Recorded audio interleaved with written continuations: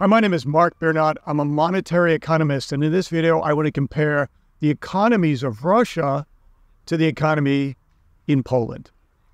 Right now, I am in Poland. I'm actually in Krakow, Poland, and I think I can speak fairly authoritatively about the economy in Poland. I'm an American, but I'm a Polish citizen, and I do my PhD research in Poland, but also in America.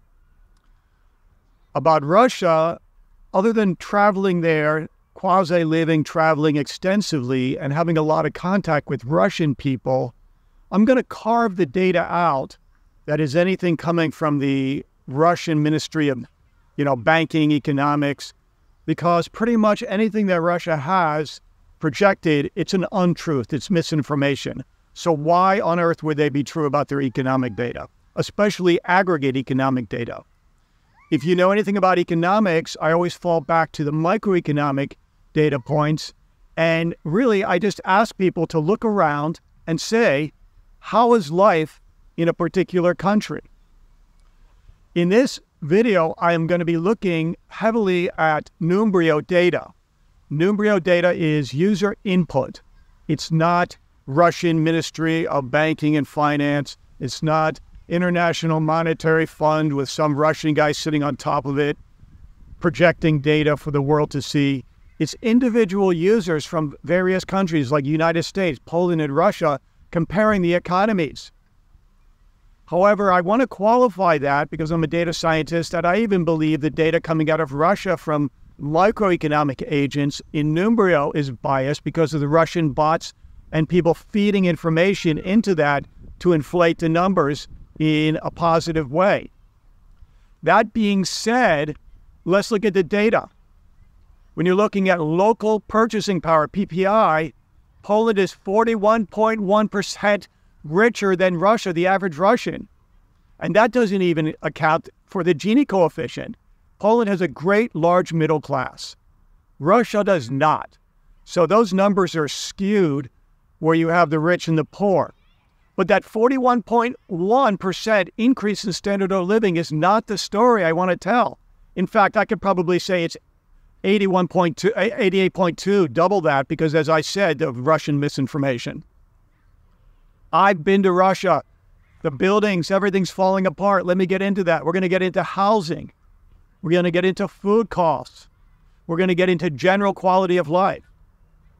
I'm staying at my sister-in-law's apartment here in Krakow, just in a middle-class neighborhood, a very nice neighborhood.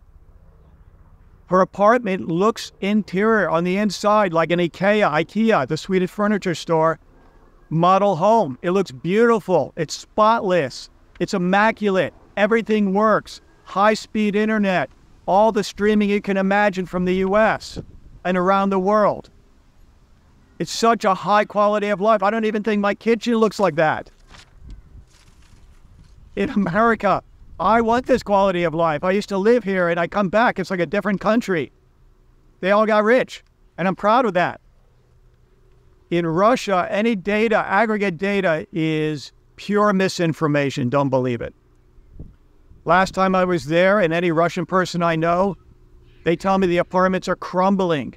IKEA's closed there. IKEA's closed there. They can't go to that. Maybe they have some equivalent, but nobody has the disposable income to spend there. Have you ever seen the Russian movie? It's called Night Watch. Watch that series of movies because they portray Russian apartments. You'll see how horrible they look. They're falling apart. And I told you in one of my previous videos, much of the piping is still lead piping or pipes that have lead in it. And the infrastructure, the electricity is just okay. In the countryside, they don't have really good plumbing if they have plumbing at all. And a lot of people live in the countryside and they live in blocks because in communist times they worked in the factories. And so what I'm saying is you can't compare apples to apples because here we're living in Poland in some IKEA model apartment type looking thing. My sister-in-law has 2 cars. They're off on the, Italy or the Croatian coastline and the Adriatic on vacation. In Russia, they have nothing. It's a horrible place to live. Take it from somebody who's been there. My friends and a lot of people I know, I don't know how they're getting into the United States, but a lot of Russians are getting into the United States in this Florida. and they're just telling nightmare stories. Okay, so let's get back to the data.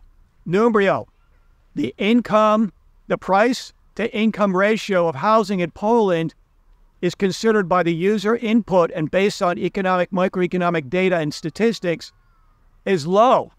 I know. Polish people sometimes complain and have a reputation of that. I'm with you there. But it's considered low if you look at price to income. In Russia, it's considered very high. I mean, everybody in Poland has, they have grandpa's apartment they're living in. They fix it up. It looks great. They get money from the government for kids. They get like, you have 2 kids, that's 800 zlotys, and I think you get 300 zlotys, 300. You're looking at like something like, what is that, 1,200? I can do the math real quick. Zloty, that's like pretty good money just for having a couple of kids automatically. And then, oftentimes, babcia and dziadek, grandpa and grandma are in the village. They send money. They're on retirement. And then you have a job. I think unemployment here is like 2.6%. Polish has a very healthy middle class. And things are going. People are using it to fix their cars, fix their homes, take vacations. In Russia, it's just going down. And, in Russia, typically you see on a park bench, you just see people sucking down potato water. Don't quote me on this statistic, but I think it's like over 80% of the Russians in the last month have experienced moderate to severe depression. That's maybe why life has little meaning in Russia. That's the housing situation alone. The food situation, the Russians pride themselves on spraying everything with chemicals. Oh, we've got the best fertilizers and pesticides in the world. I would not eat Russian food. Maybe I'd have to soak it in baking soda for an hour and a half to try to get the residue of all their prideful chemicals of their very destructive agricultural practices in Russia. In Poland, a lot of the stuff in the shop, I just go to the local shop down the street.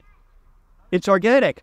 And if it's not organic, a lot of times it comes from like really cool places like Italy and Greece, and it tastes like I've never had these tastes in America before.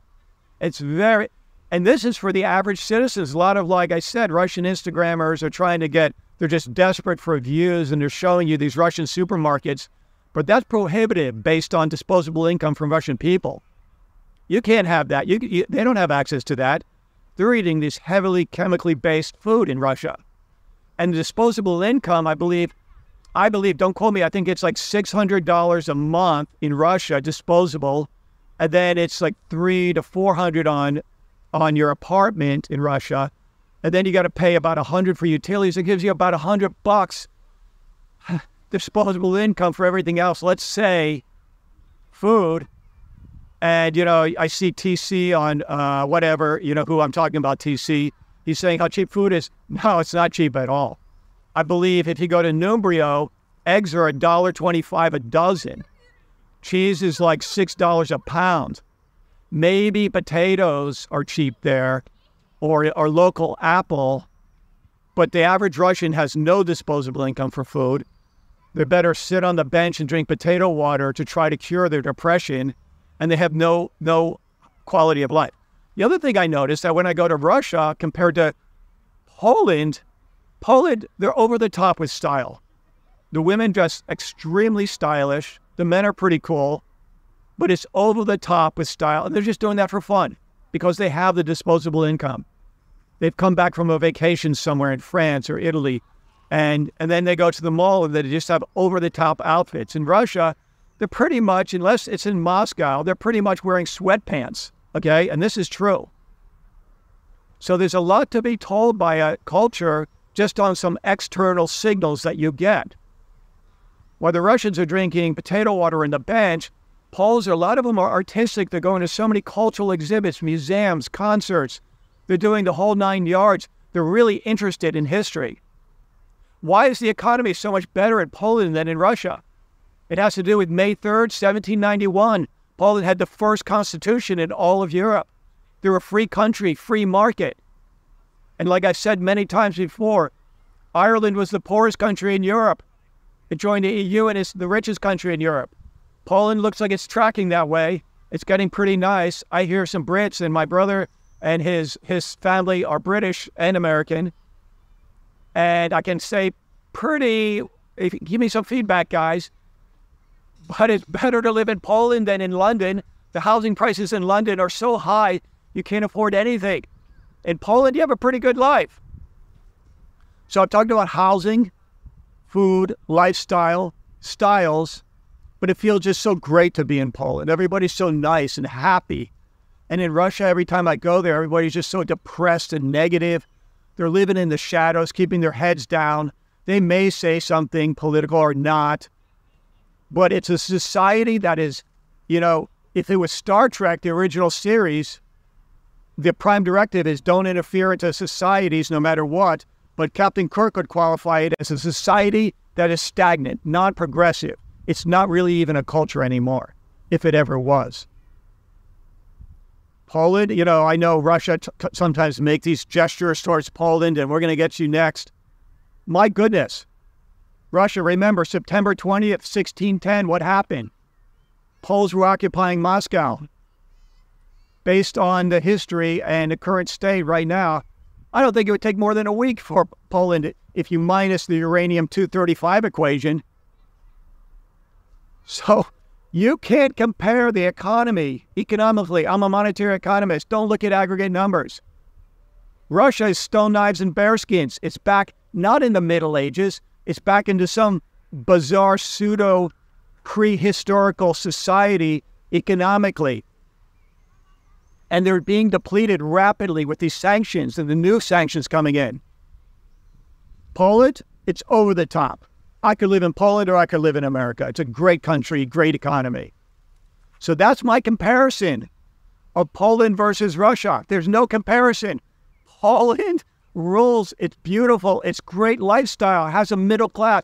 People here are actualizing their lives in healthy ways. Maslow's hierarchy of needs. They're taking care of their children. They care about each other. In Russia, no respect for human life. And it starts from the top.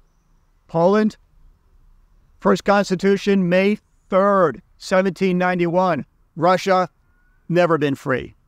My name is Mark Biernat. I'm a monetary economist. Thank you very much. Have a great day.